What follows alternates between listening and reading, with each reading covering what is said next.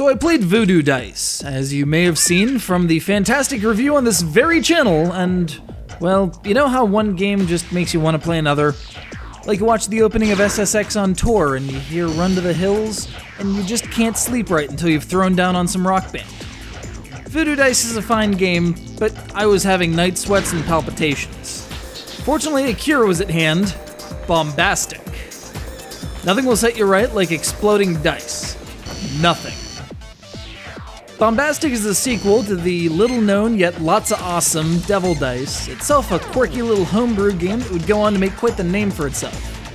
You control this adorable little red angel-demon hybrid who runs around on a field of dice.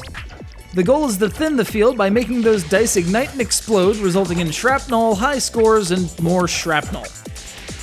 This is achieved by rolling the dice around such that X number of X faces, say 3 3s or 5 5s, are adjacent, at which time they catch fire and begin to swell with anticipation.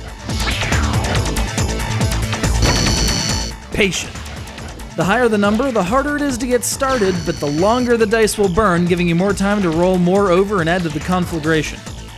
But eventually, here comes the boom, ready or not, throwing debris in all directions, and if that debris hits a die one number it's inferior, that one catches fire as well, making for spectacular chain reactions. As long as you keep a combo going, your angelic demonic avatar will mature and speed up, leave the field fallow too long, and your multiplier will regress. If you're caught on an exploding die, or the grid fills up and leaves you no room, it's game over, man. Alongside this 100-level challenge is a 20-stage linear quest mode detailing the Aqui's journey to the sky to visit their grandfather. These item-loaded, enemy-packed courses are punctuated with boss battles, where your primary weapon is die shrapnel.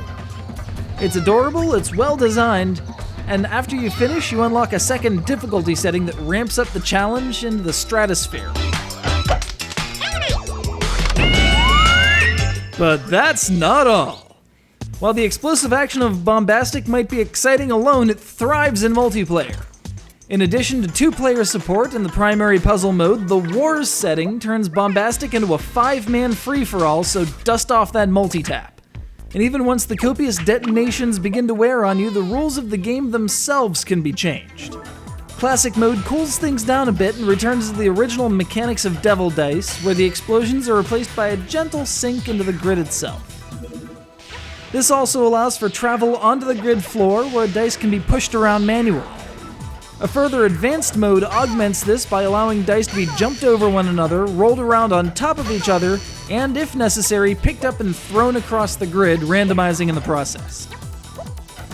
It's got a metric ton of game modes, it's got unique and innovative mechanics, it's got a spate of cute creatures, and it's got an awesome pumping soundtrack. I can say in no uncertain terms that Bombastic is one of my all-time desert island favorite puzzle games. Explosion!